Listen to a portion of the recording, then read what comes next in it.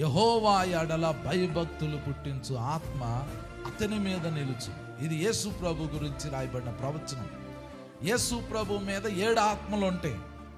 ఆ 7 ఆత్మల్లో ఒక ఆత్మ యెహోవా ఎడల భయభక్తులు పుట్టించే ఆత్మ. ఆ ఆత్మ గురించి చెప్తా తర్వాత వచనంలో ఇమీడియట్గా ఏం రాయబడింది అని అంటే, తర్వాత చదవండి.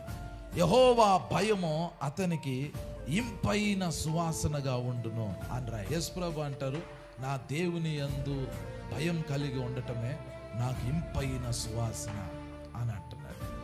యేసు ప్రభుకి అది ఇంపైన సువాసన. ఈ 7 ఆత్మల్లో ఆఖరి ఆత్మ యెహోవా యందు భయభక్తులు పుట్టించే ఆత్మ. ఈ స్పిరిట్ కనుక మన మీదకి రిలీజ్ అయితే మన క్యారెక్టర్లో ఏమొచ్చింది అని అంటే, యెహోవా యందు భయం వచ్చింది, యెహోవా యందు భక్తి వచ్చింది. ఈ 2 మన లోపలికి రిలీజ్ అవుతాయి.